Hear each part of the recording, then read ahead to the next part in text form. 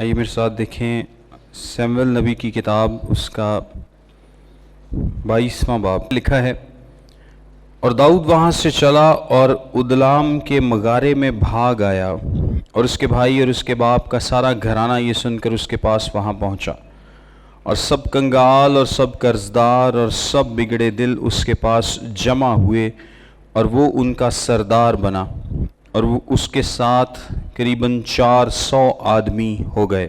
ہم داؤد کے بارے میں سیکھ رہے ہیں، اور ہم نے لاسٹ ٹائم بھی دیکھا تھا کہ داؤد جو ہے وہ آن اے رن ہے، یعنی وہ کیا کر رہا ہے، بھاگ رہا ہے، ساؤل کے آگے اپنی زندگی کے لیے بھاگ رہا ہے۔ خداوند اس کی زندگی میں یہ وقت لے کر آیا ہے، خداوند اس کو مضبوط کرنا چاہتا ہے، خداوند اس کو ترقی دینا چاہتا ہے، خداوند اس کو اور زیادہ آگے لے کر جانا چاہتا ہے، خداوند اس کی زندگی میں کام کر رہا ہے۔ خداوند چاہتا ہے کہ وہ خداوند پر بھروسہ کرنا سیکھے، مکمل طور پر خداوند پر بھروسہ کرنا سیکھے، اس سے پہلے کہ وہ اسرائیل کو لیڈ کر سکے، اس سے پہلے کہ وہ اسرائیل کی جو نیشن ہے، پورا جو ملک ہے، اس کو لیڈ کر سکے، اس کو خداوند تیار کر رہا ہے۔ سو ایک طرح سے اس کا کیا ہے، ٹریننگ پیریڈ ہے، جو کہ خداوند نے اس کی زندگی میں آنے دیا ہے تاکہ وہ بہت ساری باتوں کو سیکھ سکے، کیونکہ ایک تجربے سے گزر کر ہی انسان ہمیشہ مضبوط ہوتا ہے اور سیکھتا ہے۔ اور میں نے آپ کو بتایا تھا کہ یہ کوئی چھوٹا عرصہ نہیں ہے، یہ تقریباً 10 سے 15 سال کا عرصہ ہے جب وہ بھاگتا رہے گا، ساؤل سے بھاگتا رہے گا اپنی جان کے لیے، اور اپنی جان کے لیے آگے بھاگنا وہ بھی کسی بادشاہ کے آگے کوئی آسان عمل نہیں تھا، آج بھی نہیں ہے، اس وقت بھی نہیں تھا۔ اس سے پچھلے لیکچر میں نے آپ کو بتایا تھا کہ خیملک کاہن جو ہے اس کے پاس وہ نوب میں آیا تھا، اور یا نوب میں آیا تھا، اور وہاں پر اس نے اسے جھوٹ بولا تھا، اور اس کے بعد وہ اپنے راستے پر چل رہا تھا۔ اب یہ اس سے آگے سیٹنگ ہے، اس کے بعد لکھا ہے وہ وہاں سے چلا اور ادلام کے مغارے میں بھاگ آیا، یعنی یہ ایک غار ہے ادلام کے مغارے میں جہاں پر وہ آ جاتا ہے، اور اس کے بھائی اور اس کے باپ کا سارا گھرانہ یہ سن کر اس کے پاس وہاں پہنچتے ہیں۔ ابھی داؤد کو بہت زیادہ ضرورت تھی، کیونکہ اس کو انکریجمنٹ کی ضرورت تھی، اس کو وہ بھاگ رہا ہے، وہ اپنی جان بچا کے بھاگ رہا ہے، ایک جگہ سے دوسری جگہ، دوسری جگہ سے تیسری جگہ، ساؤل اس کے پیچھے ہے، پورا ملک ایک طرح سے اس کا دشمن ہے، کیونکہ کوئی بھی شخص بادشاہ کو جا کر اس کی جاسوسی کر سکتا ہے، اور اس کے نتیجے میں داؤد کو مارا جا سکتا ہے، کوئی بھی بتا سکتا ہے۔ اور ویسے بھی جب آپ کے پیچھے کوئی لگا ہو، مثال کے طور پہ پولیس ہی لگی ہو، تو آپ ہر شخص سے ڈرتے ہیں، باہر نکلتے ہوئے ڈرتے ہیں، اندر جاتے ہوئے ڈرتے ہیں، ہر وقت ڈرتے ہیں کہ کوئی آپ کو دیکھ نہ لے، کوئی آپ کا بتا نہ دے۔ اس کا باپ اور اس کے جو گھرانہ ہے، یعنی جو اس کے بھائی ہیں، وہ اس کے پاس آتے ہیں، اور جو بہت زیادہ ضروری انکریجمنٹ تھی داؤد کے لیے وہ اس کو مہیا ہوتی ہے۔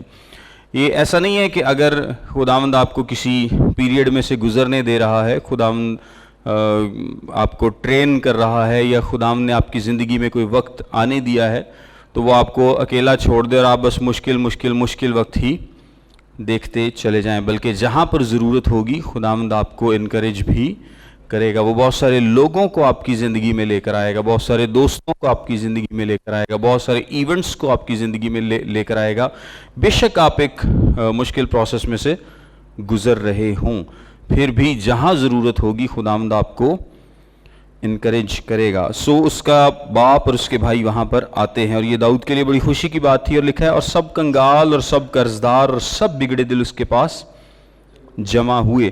اچھا، یہ جو لوگ اس کے ساتھ اس وقت جمع ہو گئے ہیں، اس میں لکھا ہے کنگال اور قرضدار اور بگڑے دل، مطلب یہ پاکستانی ٹائپ کوئی لوگ نے کنگال تے قرضدار تے بگڑے دل پوری ڈیفینیشن ہے۔ یہ اس طرح کے لوگ ہیں جو کہ کیونکہ آپ پاکستان میں آپ دیکھ لیں کہ نارملی لوگ قرضدار ہوتے ہیں، کنگال بھی ہوتے ہیں، تو بگڑے تو ویسے ہی بڑے نے۔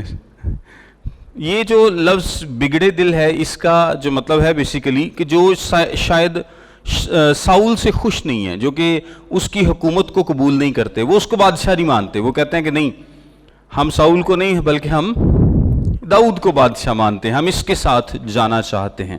یعنی باغی قسم کے لوگ.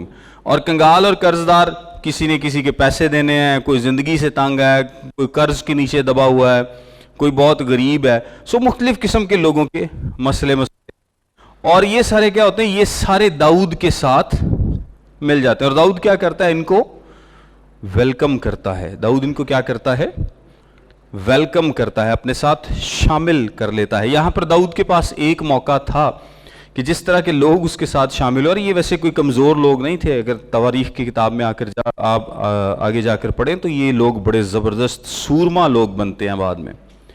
اس طرح کے تھے لیکن بعد میں یہ بڑے زبردست اور سورما قسم کے لوگ بنتے ہیں. سو داؤد کے پاس ایک موقع تھا کہ وہ ایک اپنی چھوٹی سی آرمی کریٹ کر لیتا. 400 لوگ کافی ہوتے ہیں ویسے, تھوڑے نہیں ہیں. چاہے بادشاہ کوئی قابو کرنا ہو, آپ پلاننگ کر کے بادشاہ کو بھی مارنے کا منصوبہ بنا سکتے ہیں. چھپ کے, ہوشیاری کر کے, ٹرکس لگا کے, یا کسی بھی طریقے سے آپ بادشاہ کو بھی مار سکتے ہیں.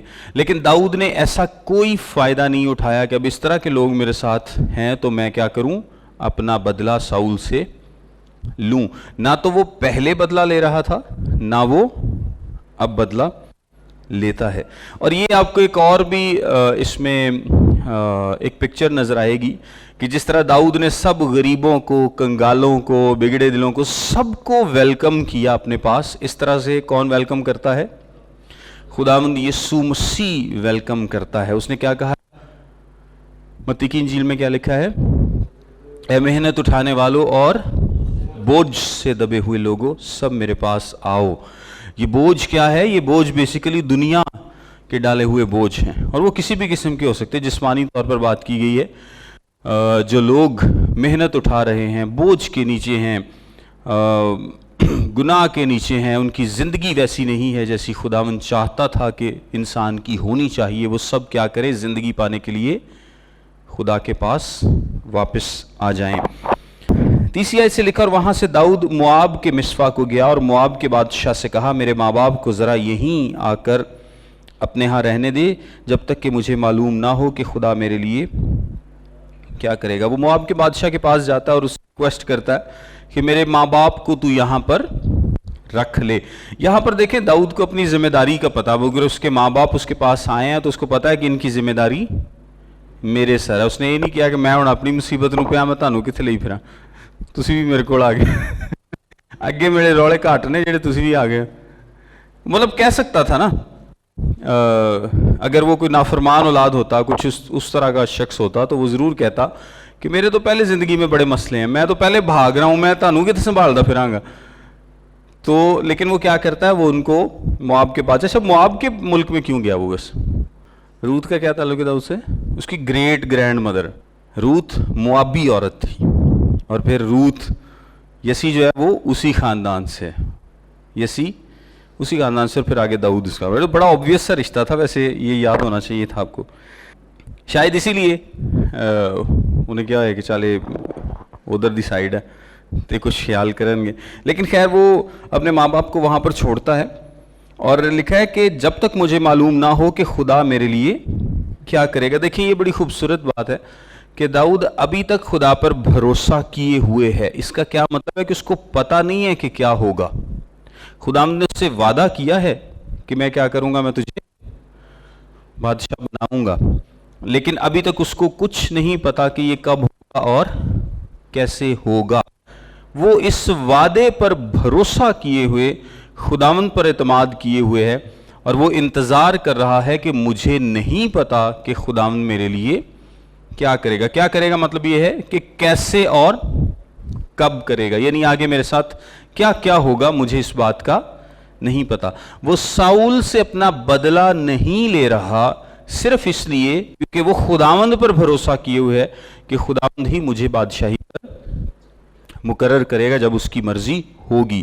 ورنہ وہ اس بات کی پلی لے سکتا تھا کہ خداوند نے مجھ سے وعدہ کیا ہے کہ میں تجھے بادشاہ بناؤں گا, اور وعدہ بھی کیا, اور ساؤل نے برے کام بھی بڑے کیے ہیں, تو اس کو مارنا تو مجھے بنتا ہی ہے. بلکہ ساؤل نے مجھے خود بھی مارنے کی کوشش کی تھی, تو میں اگر ساؤل کو مار بھی دوں تو اس سے کوئی فرق نہیں پڑے گا, ہونا تو یہی ہے. لیکن اس نے ایسا کچھ نہیں کیا. اچھا، چوتھی آیت میں لکھا وہ ان کو شاہ مواب کے سامنے لے آیا، سو وہ جب تک داؤد گڑھ میں رہا اسی کے ساتھ رہے۔ گڑھ کا مطلب اسٹرانگ ہولڈ، یعنی وہ وہاں پر رہتے ہیں اور وہاں پر وہ باحفاظت ہیں، ان کو ساؤل سے کوئی ڈر نہیں ہے، وہ بس سکون سے بیٹھا ہے۔ اب داؤد کو ساؤل سے کوئی ڈر نہیں ہے، اس کے ماں باپ بھائیوں کو بھی ساؤل سے کوئی ڈر نہیں ہے، جو 400 لوگ ہیں ان کو بھی اب ساؤل سے کوئی ڈر نہیں ہے، وہ اسٹرانگ مواب میں بیٹھے، یعنی دوسرے ملک میں جا کے آپ کہہ لیں کہ پناہ لے لیا انہوں نے۔ تب جاد نبی نے داؤد سے کہا اس گڑھ میں مت رہ، روانہ ہو اور یہودا کے ملک میں جا۔ سو داؤد روانہ ہوا اور حارت کے بن میں چلا گیا۔ اب ایک جاد نبی وہاں پر آ جاتا ہے، ایک نبی ہے جس کا نام جاد ہے، اور وہ کہتا ہے کہ اس گڑھ میں مت رہ۔ اب نبی نے خود سے تو نہیں کہا، اس کا کیا مطلب ہے کہ خداوند نے داؤد کے لیے پیغام پہنچایا ہے کہ تو اس گڑھ میں مت رہ۔ ہو سکتا تھا، مطلب پاسبل ہے کہ داؤد کے ذہن میں ہو کہ چلو اب جب تک ساؤل کا کچھ ہو نہیں جاتا، وہ مر نہیں جانا، جس طرح نا ہیرودیس، وہ فرشتے نے یوسف کو کہا کہ ہیرودیس مار گیا اٹھ پا جا، تو جب تک وہ مر نہیں جاتا، جب تک حالات نہیں اچھے ہو جاتے، جنگ بندی نہیں ہو جاتی تو جب تک مطلب حالات ٹھیک نہیں ہوتے، ہم وہاں پر میں رہ سکتا ہوں، یہاں پہ ہی رہتا ہوں، مجھے کیا ضرورت ہے کہیں جانے کی، لیکن خدا کی مرضی نہیں تھی، کیونکہ دیکھیں یہ اس کے ایک طرح سے اگر ہم کہہ رہے ہیں کہ ٹریننگ پروسیس ہے، اس کو خدا سکھا رہا ہے، بھروسہ کرنا سکھا رہا ہے، تو خدا اس کو ایسی کمفرٹیبل سچویشن میں جب انسان آگے بیٹھ جائے نا تو وہ نارملی نہیں ہلتا۔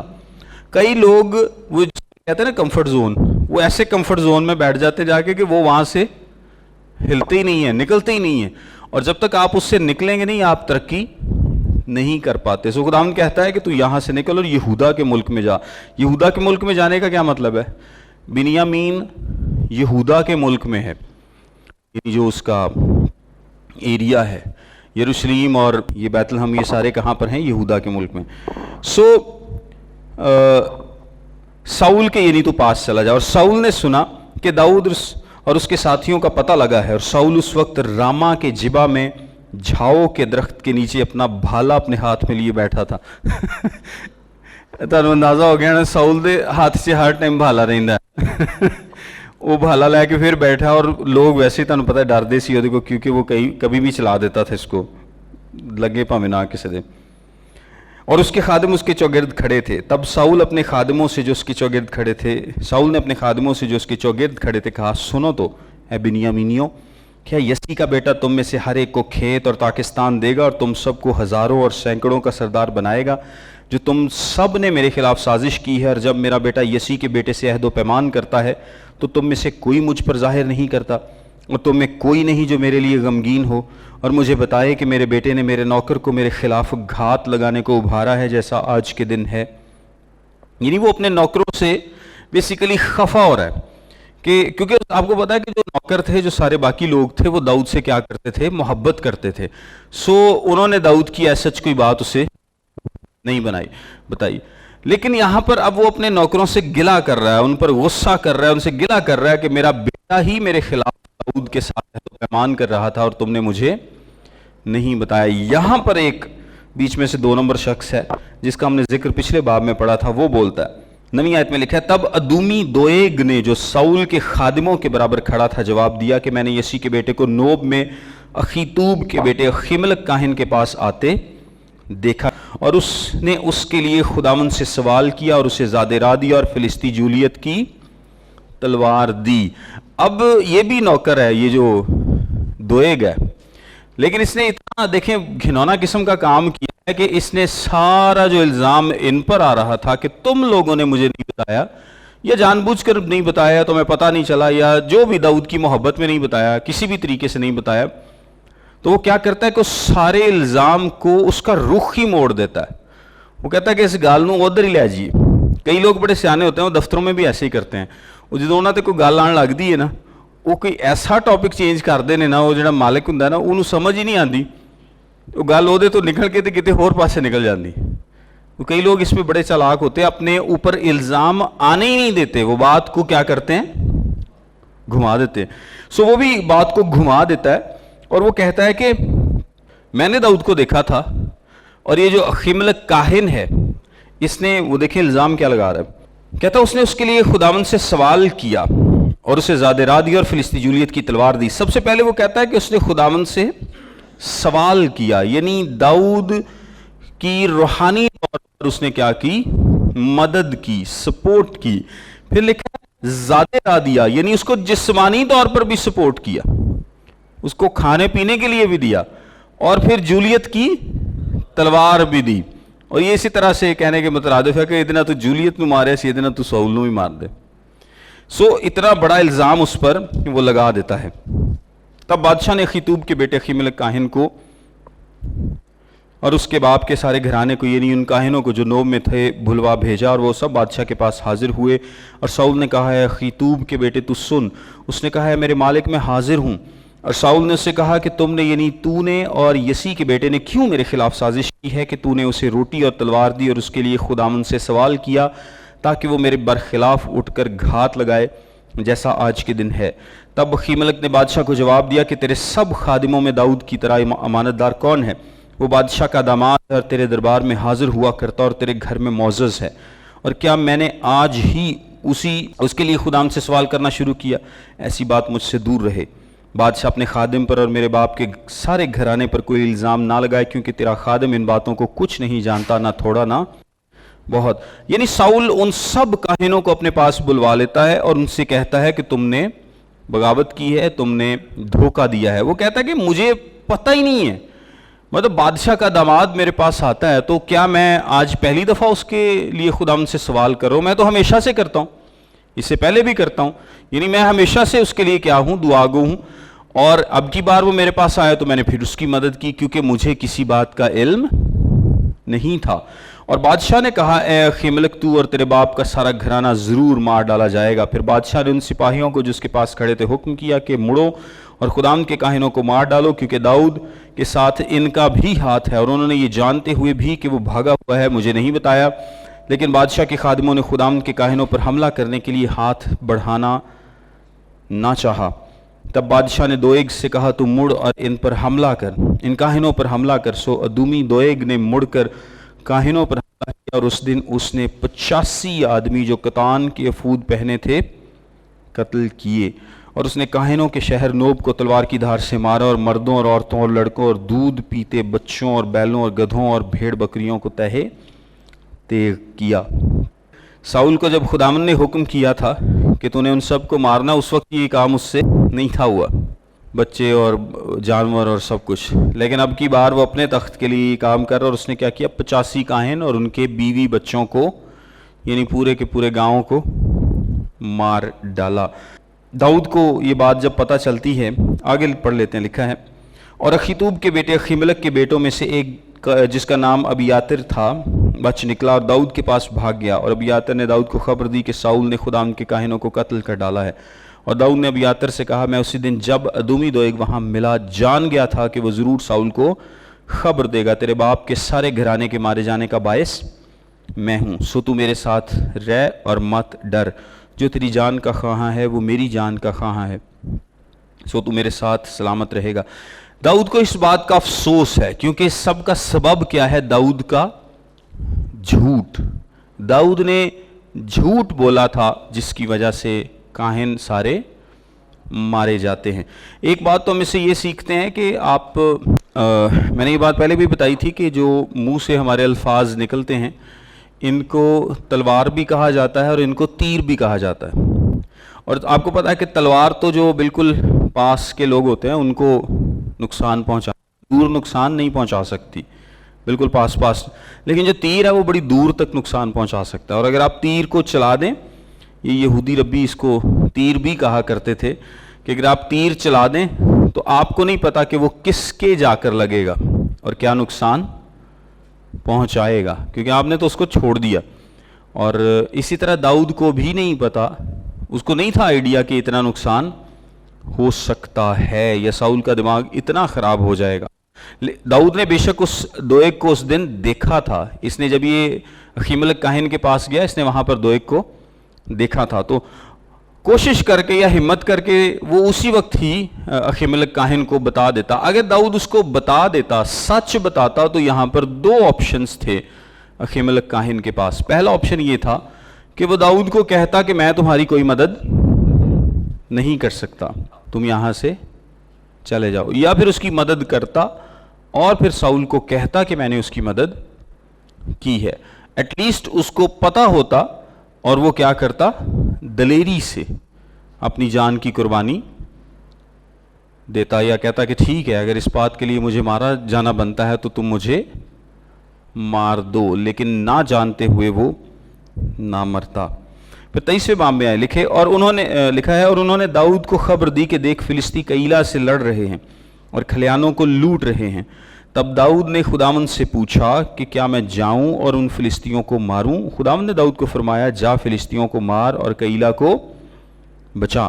اور داؤد کے لوگوں نے اس سے کہا کہ دیکھ ہم تو یہیں یہودا میں ڈرتے ہیں، بس ہم کیلا کو جا کر فلسطی لشکروں کا سامنا کریں تو کتنا زیادہ نہ ڈر لگے گا.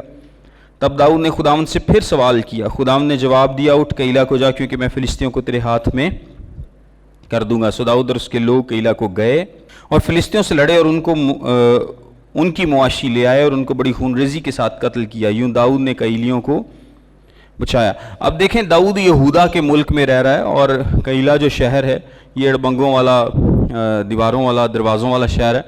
تو یہاں پر فلسطی ان کو مار رہے ہیں، یعنی ان کی فصلوں کو لوٹ رہے ہیں. فصلوں کا کیا مطلب ہے؟ تھریشنگ فلورز کو لوٹ رہے ہیں. یہ ہمارے جب گندم وغیرہ ہوتی ہے تو تھریشر وغیرہ نہیں لگتی جہاں پر وہ دانے نکالتے ہیں، اور یہ تھریشنگ فلورز اسی طرح سے تھا جہاں پر دانے نکالے جاتے تھے. تو جب وہ دانے نکال رہے ہوتے تھے تو کیا کرتے تھے؟ فلسطی آ کر ان کو اٹھا کر لے جاتے تھے. تو داؤد ان کی جا کر مدد کرتا ہے. لیکن اگر آپ غور کریں تو وہ پہلے اپنے لوگوں سے کہتا ہے کہ چلو، اور لوگ کہتے ہیں کہ ہم پہلے یہاں پہ ہی ڈر رہے ہیں، یعنی ہم یہودا کے ملک میں تو ہیں لیکن ہم تو ڈر رہے ہیں کہ ساؤل کہیں ہمیں آ کر مار نہ ڈالے، اور تو چاہتا ہے کہ ہم اس شہر میں جائیں جہاں پر ہمارے لیے زیادہ خطرہ ہو سکتا ہے. اب داؤد کے پاس دو آپشنز تھے. وہ پہلا آپشن تو یہ ہے کہ کہتا کہ اچھا چلو ٹھیک ہے، اور میرے نال تردا کوئی نہیں تو میں کیویں جا سکنا کلا، میرے نال ہی کوئی نہیں ہے تو میں کیویں جاواں کلا. یا وہ لوگوں کو کہہ سکتا تھا کہ ٹھیک ہے اگر تم نہیں جانا چاہتے تو میں چلا جاتا ہوں. مطلب کچھ بھی اس طرح کا وہ فیصلہ کر سکتا تھا کہ تم نے نہیں جانا، نہ جاؤ، میں جا رہا ہوں، خداوند میری مدد کرے گا.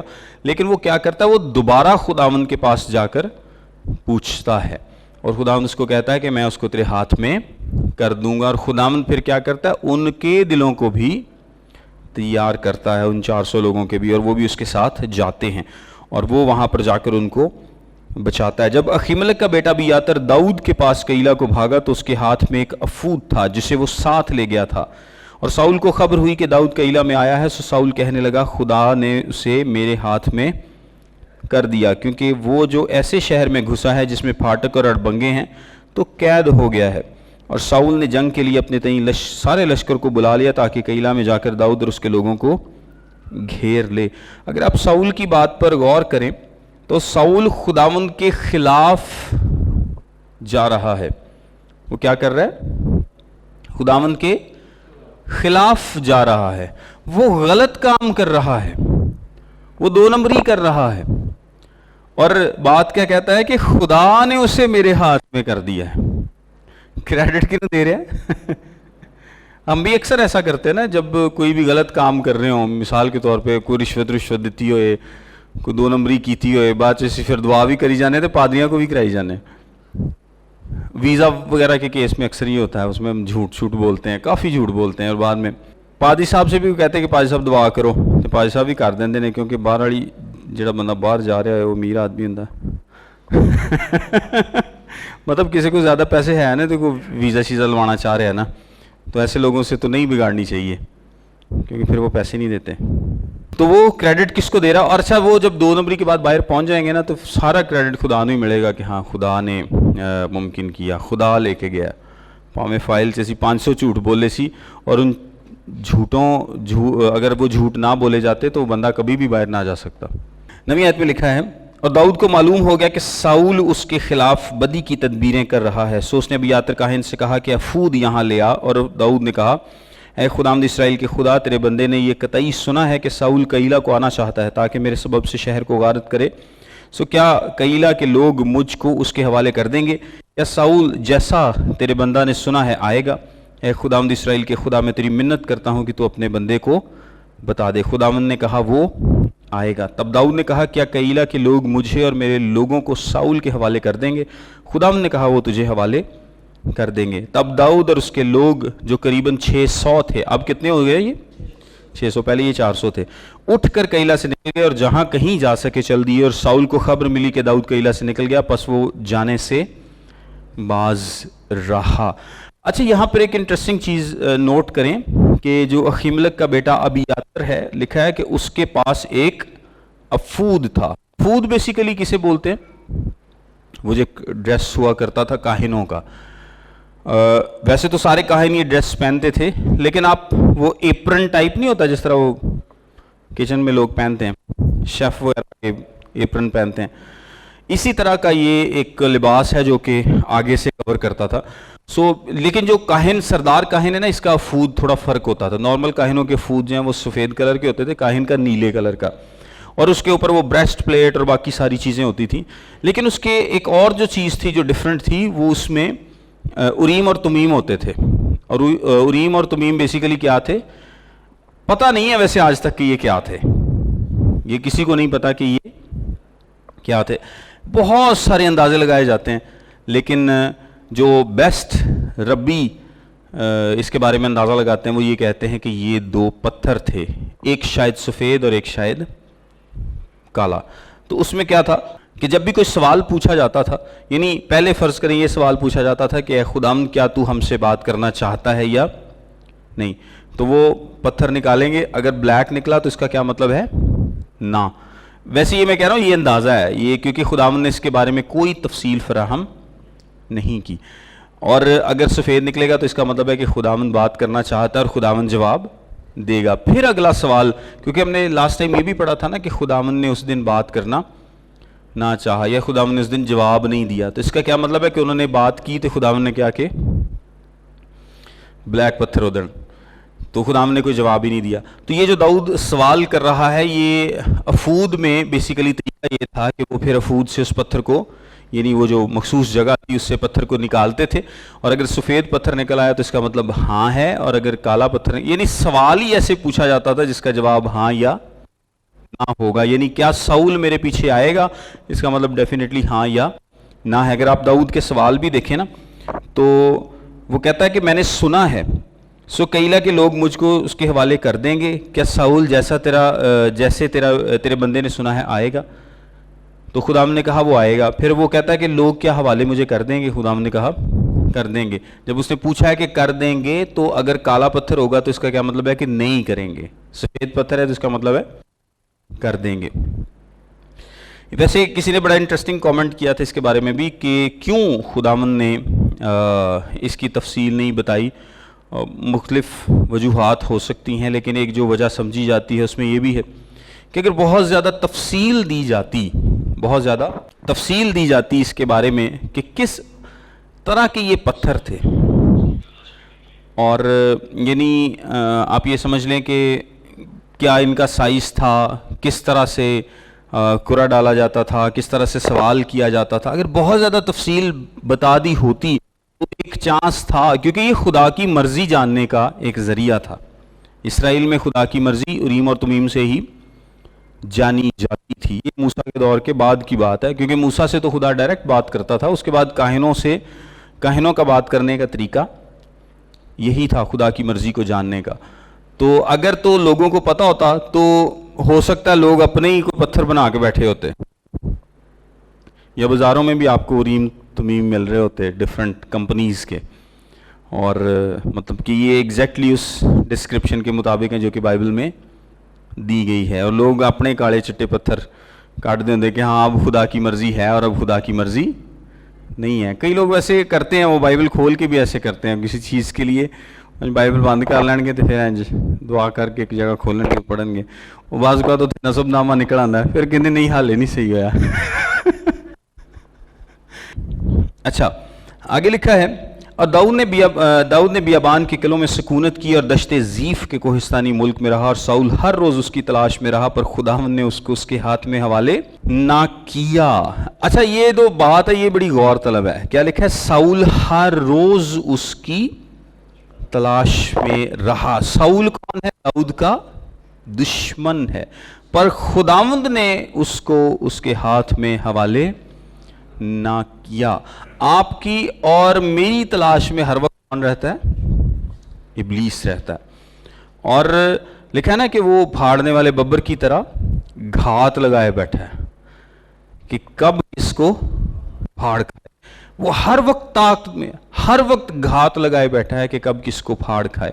ہر وقت وہ آپ کی ویکنسز کو ڈھونڈتا ہے، آپ کی کمزوریوں کو ڈھونڈتا ہے کہ میں کب اس پر حملہ کروں اور کب اس کو پھاڑ کھاؤں۔ لیکن خداوند نے اب داؤد میں کیا کمزوریاں نہیں تھیں؟ ہم نے بھی اس کی کمزوری کو دیکھا ہے کہ اس نے جھوٹ بولا، اور اس کے جھوٹ کی وجہ سے ایک پورے گاؤں کی جان چلی گئی۔ اور بھی داؤد میں کمزوریاں تھیں، لیکن خداوند نے اس کو اس سے بچائے رکھا۔ ضروری نہیں ہے کوئی بھی بندہ پرفیکٹ تو ہو ہی نہیں سکتا کہ آپ بالکل پرفیکٹ ہوں گے تو پھر ہی آپ پر کوئی مصیبت نہیں آئے گی۔ دیکھیں ایماندار کو خداوند کیا کرتا ہے؟ خداوند بچاتا ہے، بچاتا ہے، بچاتا ہے، ہمیشہ وہ اس کے ساتھ ہوتا ہے۔ انلیس کہ ایماندار بوتا ہی خراب نہ ہوئے جب وہ بہت زیادہ دور جانے کی کوشش کرتا ہے، پھر خداوند کبھی کبھی اس کو تھوڑا سا ٹھیک ہونے کے لیے موقع دیتا ہے کہ چال تو ذرا نا تھوڑا جا سیدھا ہو جا۔ اور ادروائز جب تک آپ کوشش کرتے رہتے ہیں، ٹرائی کرتے رہتے ہیں، خداوند کیا کرتا ہے؟ آپ کی مدد کرتا ہے۔ یعنی اگر آپ کا دل نہیں کرتا گناہ کرنے کو اور آپ سے ہو جاتا ہے، غلطی ہو جاتی ہے، خطا ہو جاتی ہے، پھر آپ توبہ کرتے ہیں، پھر معافی مانگتے ہیں، خداوند کے حضور میں آتے ہیں، تو خداوند آپ کی مدد کرتا ہے، ہر دفعہ کرتا ہے۔ کیونکہ اگر اس نے آپ کو کہا نا کہ 7 کے 70 مرتبہ معاف کر، تو اس کا مطلب ہے کہ وہ اس سے زیادہ معاف کرتا۔ آپ سے غلطی ہوتی ہے، خداوند کے حضور میں آتے ہیں، لیکن اگر آپ اس غلطی میں قائم رہتے ہیں، ضد پہ اڑے رہتے ہیں، باغیانہ رویہ رکھتے ہیں، تو پھر ہو سکتا ہے کہ خداوند آپ کو تنبیہ کرے۔ اور لکھا ہے کہ لیکن خداوند نے اس کو اس کے ہاتھ میں حوالے نہ کیا۔ خداوند ہی ہے جو بچانے والا ہے۔ اور آپ کو پتا ہے کہ جب پطرس سے یسوع بات کر رہا تھا تو یسوع مسیح نے کیا کہا تھا؟ کہ شیطان نے تم لوگوں کو مانگ لیا ہے تاکہ گیہوں کی طرح پھٹکے۔ وہ گیہوں پھٹکے دا مطلب پتا کی ہوندا؟ وہ چھاننی جے دلائی دی۔ تو اگر تو آپ کو ابلیس کے ہاتھ میں دے دیا جائے نا تو وہ تو آپ وہ حال برا کر سکتا ہے انسان کا کہ ہم سوچ بھی نہیں سکتے۔ لیکن یہ خدا ہی ہے جو ہم کو کیا کرتا ہے؟ بچاتا ہے۔